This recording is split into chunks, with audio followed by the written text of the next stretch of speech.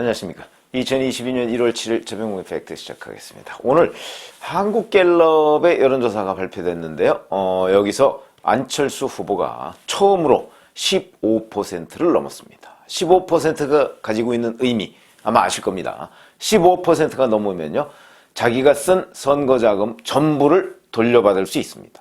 그래서 이제 그렇게 되면 결국은 단일화가 어려워질 것이다. 뭐 이런 분석이 있는데 그거는 전혀 잘못된 얘기다 하는 걸 제가 말씀을 드리고, 그리고 오늘 제가 말씀드리는 내용은 한국갤럽 조사와 더불어서 지금 윤석열 후보가 그동안의 실지, 잃어버린 땅, 그걸 과연 회복할 수가 있을 것인가. 그러니까 이준석 대표와의 화해, 이 문제로 회복할 수 있을 것인가. 그런 것과 관련한 조짐들 몇 가지를 말씀을 드리겠습니다. 자, 한국갤럽이 조사한 거는 이재명 36%, 윤석열 26%, 10%포인트 차이가 나죠. 이제 두 자릿수고요. 안철수 15, 심상정 5%인데, 이거는 조사한 것이 4일부터 6일입니다. 그러니까 오늘이 7일이니까 4일부터 6일이면 사실은 이준석 대표와의 갈등이 극대화된 그 시점 사흘 동안 조사한 겁니다. 그 조사에서 10%포인트 차이가 났다. 대단히 큰 차이죠. 그래서 비교를 해봤더니 12월 17일, 그러니까 한 20일 전 정도 조사하고 비교해봤더니 안철수 후보가 5%에서 15%로 10%포인트 올랐습니다. 그럼 여기서 10%포인트 오른 거와, 그럼 윤석열 후보는 보니까 9%포인트 하락했고요. 이재명, 심상정 두 사람은 비슷했습니다. 그러면 결국 윤석열 후보에서 빠진 것이 거의 100%, 110% 안철수 후보한테 갔다. 이것만 놓고 보면 그런 얘기가 되는 것이죠. 그러나 실제는 다른 거하고 다 같이 조사를 해보면 그렇지는 않은 것으로 보입니다. 제가 분석한 거는 대략 윤석열 후보에서 빠진 거에 한 절반 정도가 안철수 후보한테 갔고, 그 다음에 나머지 절반은 뭐 일부가 이재명, 또 일부가 중도, 일부가 없다, 뭐 이런 쪽으로 간 것으로 보입니다. 그런데 여하튼 자, 이 내용에 보면, 그러니까 한국갤럽 이제 어제 발표된 내용, 오늘 발표된 내용에 보면 20대에서는 이재명 24, 안철수 23, 윤석열, 심상정 각 10%. 20대에서 크게 빠진 거죠. 윤석열 후보가.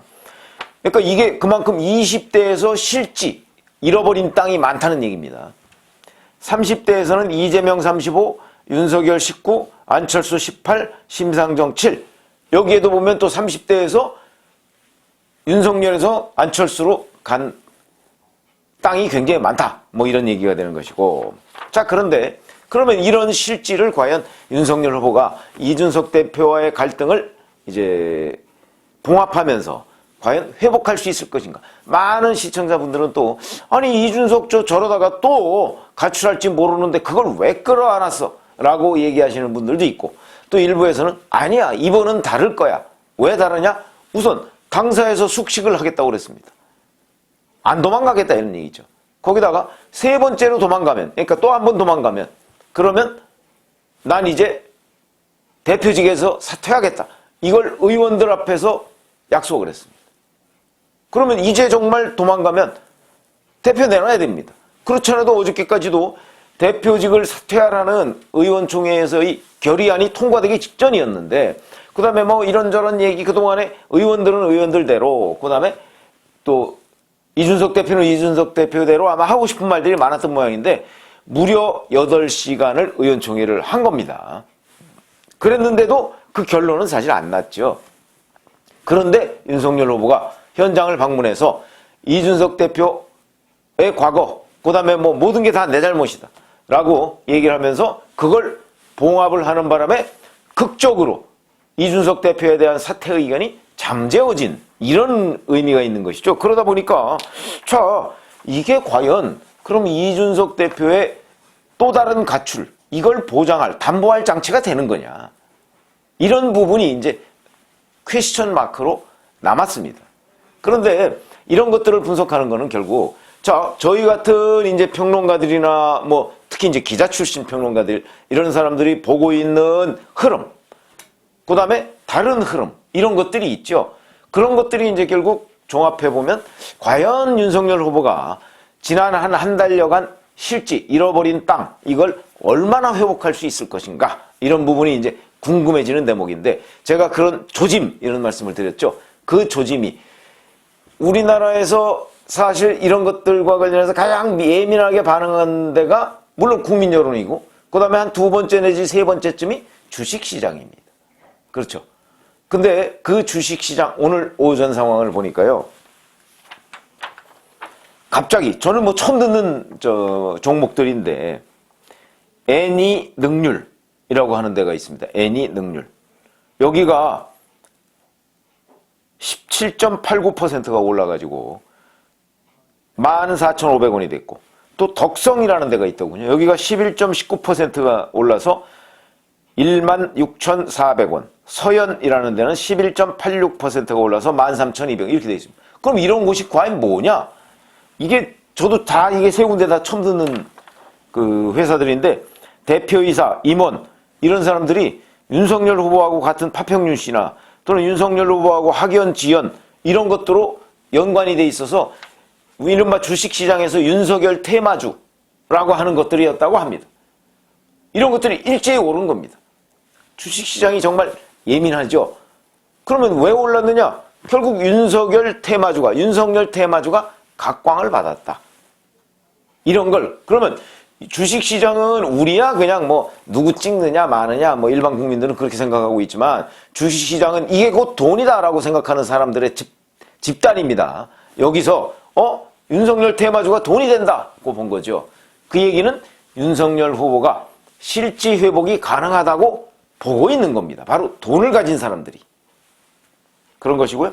자, 이준석 대표가 오늘 한국일보를 봤더니 60일이면 충분하다, 이런 식으로 얘기하면서 이준석 대표는 실지 회복이 가능하다, 나름대로 자기의 분석을 내놨더군요. 그러니까 제가 읽어보니까 뭐 그럴듯합니다. 제가 분석하고 있는 거하고 큰 차이가 없습니다. 바로 이런 겁니다. 자, 우선 첫 번째가 그 세 가지 근거를 댔는데, 첫 번째가 윤석열 후보에서 이탈한 20대 지지율, 이게 자기가 보기에는 안철수 대표한테 갔다, 또는 때로는 허경영 후보한테 갔다, 이렇게 얘기하고 있습니다. 글쎄, 허경영 후보는 뭐 전체적인 지지율이 워낙 낮아서 거기로 갔는지는 저도 자신할 수가 없는데, 요거는 그래서 이준석 대표의 분석입니다. 그런데 이재명에는 가지 않았다, 이렇게 얘기를 하고 있거든요. 글쎄, 이재명에 가지 않았다는 거를 명확히 알 수가 있는가? 그건 뭐 사실 아무도 모르죠. 근데 아마 이제 이준석 대표 뭐 본인이 30대니까 아무래도 저보다는 20대나 30대 그 청년들의 얘기를 많이 듣지 않겠습니까? 그러다 보면 그 얘기를 듣고 본인이 내린 결론으로 보입니다. 자, 이렇게 얘기를 하고 있고요. 저도 말씀드렸죠. 대부분이 안철수 대표한테 갔고 나머지는 중도로 갔거나 모름무응답으로 갔거나 이랬을 것이다 그랬는데, 저하고 의견 차이는 이제 일부 허경영 후보한테 갔다. 뭐 이거는 의견 차이가 좀 있는 거죠. 두 번째. 자, 이재명, 윤석열 두 후보 모두 20대 지지율이 10 내지 20%대에 머무르고 있고, 20대의 40 내지 50%는 관망세다, 이런 겁니다. 그러니까 앞으로 어떻게 하느냐에 따라서 이 관망세를 충분히 끌어올 수 있다.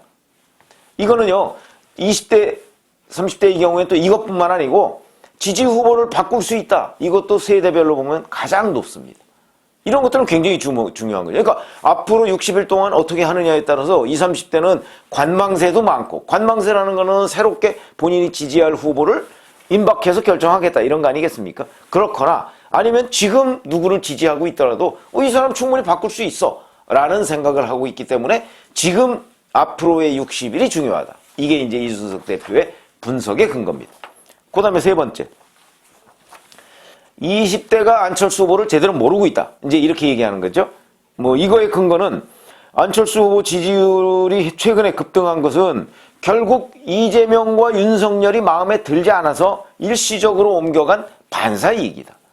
그러니까 안철수 후보가 그동안에 20대한테 보였던 여러 가지 반응 또는 젠더 이슈 이런 거에 대한 대응, 이런 것들을 제대로 알리면 20대는 안철수 후보를 지지할 수가 없다. 이게 지금 이준석 대표의 분석입니다. 저는 뭐 이거는 제 전문 분야가 아니라서 잘 모르겠습니다만은 여하튼 이준석 대표는 그렇게 자신을 하고 있다. 저는 오히려 이거보다는 안철수 후보와 윤석열 후보의 지지율은 안철수 후보가 이제 윤석열 후보 지지율이 올라가면 안철수 후보가 내려가면 올라가고 뭐 이런 약간 시소형 그 경쟁 관계다. 이렇게 제가 말씀을 드린 적이 있는데 뭐 그 요소 중에 올라가고 내려가는 요소 중에 하나가 젠더 이슈가 됐을 수도 있다. 그러나 뭐 저는 그 부분까지는 제가 그 분석하기가 쉽지 않은 관점으로 보이고 요런 것이 또 하나 있고 또 하나 달라진 점이 있습니다. 오늘 또 어느 매체를 보니까 어제 윤석열 후보가 홍준표 의원한테 전화를 했었다. 이런 보도가 돼 있더군요. 그거 보면 윤 후보가 이준석 대표 사퇴 요구 등 이런 극심한 당내 갈등 이런 걸 해소하기 위해서 어떻게 해야 됩니까? 라고 조언을 구했는데 홍준표 의원이 이준석 대표가 사퇴하는 방식으로 당내 갈등을 푸는 것은 옳지 않다. 이렇게 조언을 했다. 이 조언도 윤석열 후보가 어제 오후 8시쯤에 그 의원총회장에 가서 자, 모든 건 내 책임이다. 우리 다 있자. 라고 원팀을 선언하게 된 동기 중에 하나였다. 이렇게 이제 이 신문이 분석을 하고 있던데, 글쎄, 뭐 그것도, 이게 뭐 워낙 단독 기사라서 제가 좀 저도 확인할 수는 없는, 그런 대목이다. 이 얘기는 제가 왜 말씀을 드리냐면, 홍준표 의원도 달라진 것 아닌가. 이런 생각이 들어서 말씀을 드립니다. 왜 그러냐. 요거만 있는 게 아닙니다. 어제 홍준표 의원이 하는 유튜브 채널이 있죠. TV 홍카콜라. 거기에서 보면 참 드물게 이재명 후보에 대한 비판을 내놨습니다. 이재명 후보는 대통령이 된다면 영혼도 팔 수 있는 사람이기에 무한한 변신을 하고 있다. 대통령이 되기 위해 어떤 말도 할 수 있고 어떤 정책도 내놓을 수 있는 사람이다. 참 영악한 사람이다. 라고 이재명 후보에 대한 평을 내놓고 있습니다. 잘 아시지만 홍준표 의원이 그동안에 윤석열 후보에 대한 공세적 논평 굉장히 많았습니다. 그러면서도 이재명 후보에 대한 공세적 논평은 별로 하지 않았습니다. 그래서 도대체 누구 편이냐? 이준석은 누구 편이고 홍준표는 누구 편이냐? 이런 지적을 받아왔었는데 어제 약간 좀 달라졌다. 그런 인상을 받게 되죠. 그랬더니 어저께 또 윤석열 후보와 홍준표 의원이 통화를 했다. 그러면서 일부에서는 빠르면 다음 주, 오늘이 7일이고 오늘 금요일 아닙니까? 빠르면 다음 주에 윤석열 후보와 홍준표 의원이 회동을 할 것으로 알려졌다. 만날 것으로 알려졌다. 지금 이렇게 돼 있습니다. 그러면 그 만남도 결국은 홍준표 의원이 윤석열 후보를 도와주는 쪽으로 결론을 내는 것 아니냐 하는 기대를 낳게 하는 대목이다. 이런 것들이 이제 윤석열 후보가 잃었던 땅, 그 실질을 회복할 수 있다는 그런 기대와 아니면 그런 조짐들, 이런 것을 보이고 있다. 전 그렇게 평가를 합니다. 이렇게 되면 이제 유승민 전 의원의 경우에도 지금 사실 유승민 전 의원은 윤석열 후보를 공격하지도 그렇다고 옹호하지도 않고 그냥 침묵입니다.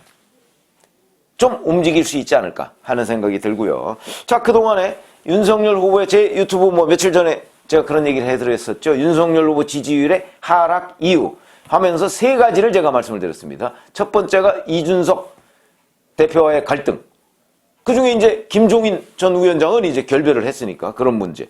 그 다음에 부인 김건희 씨의 문제. 그 다음에 세 번째가 TV 토론에 대한 대응 미비 이런 거였는데 그 중에 우선 이준석 대표와의 갈등.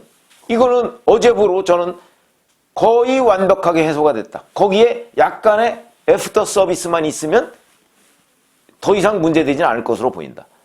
그 다음에 TV 토론 문제 다 해결이 됐습니다. 하겠다.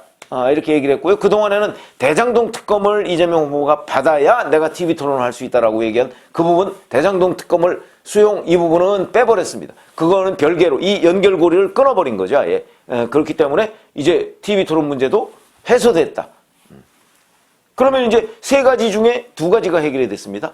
하나만 더 해결하면 저는 완벽하게 실질 회복이 가능하다. 이렇게 보는 것이죠. 그거는 바로 부인 김건희 씨의 문제인데 이것도 지금 아마 새롭게 구성된 선대본부에서 뭔가 논의를 하고 있지 않을까 싶은데 이거는 선대본부가 논의를 하기 전에 사실은 윤석열 후보 본인이 스스로 그 고리를 풀어야 된다. 매듭을 풀어야 된다. 저는 이렇게 생각합니다. 이렇게 되면 자, 과연 실제 회복이 어디까지 가능할까 하는 부분인데 이제 최근의 이런 분란이 일어나기 직전 상황까지 뭐 일주일 새에 회복할 것이다? 그렇게 보기는 어렵죠. 그리고 하락 이후의 세 가지 중에 두 가지만 해결이 됐으니까. 그러면 이렇게 보면 적어도 지지율 하락이 멈춘 거는 뭐 틀림없고 그 다음에 어제 그 일 이후로 저는 반등을 했을 것이라고 보고 그렇게 따지면 어제 그러니까 오늘 발표된 한국갤럽의 여론조사에서 안철수 후보가 15%를 얻은 것 이게 저는 안철수 후보의 최고치일 것이다 라고 생각이 들고요. 그냥 남은 거는 이제 지금부터 윤석열 후보의 반등 그에 따라서 안철수 후보의 하락이 남아있다. 결론적으로 윤석열 후보의 실질 회복은 적어도 3분의 2 이상은 가능하다 이렇게 보는 것이죠.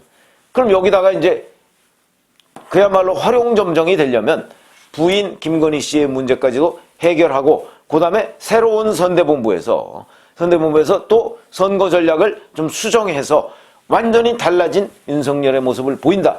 그러면은 실제 회복은 완벽하게 되고 한 2, 30일 전 이전에 보여줬던 이재명, 윤석열 양강구도 이런 것들이 충분히 가능할 것이다. 그렇게 봅니다. 물론 다른 변수가 없을 때 뭐 이렇게 얘기를 할 수가 있고요. 아마 그런 부분은요. 어제 밤부터 오늘 그 다음에 뭐 이렇게 쭉 나타나는 여러 가지의 조짐들을 볼 때 이 조짐들이 그냥 나타나는 게 아니다. 저는 그렇게 분석을 하고 있습니다. 그건 뭐 함께 한번 지켜보시면 이런 조짐들이 결국 지지율이라는 결과로 나타날 것이냐 나타나지 않을 것이냐 하는 부분은 아마 곧 확인을 할 수 있지 않을까. 왜냐하면 지지율이 서울 같은 데는 금방 반영이 되는데 지방 같은 데는 그렇게 반영하는데 며칠 시간이 좀 걸립니다. 그렇기 때문에 그걸 보면 아마 다음 주 중반 이후 정도 그쯤에 반영된 지지율이 나오지 않을까. 뭐 이렇게 예상이 되는데 그거는 함께 지켜보기로 하시죠. 고맙습니다.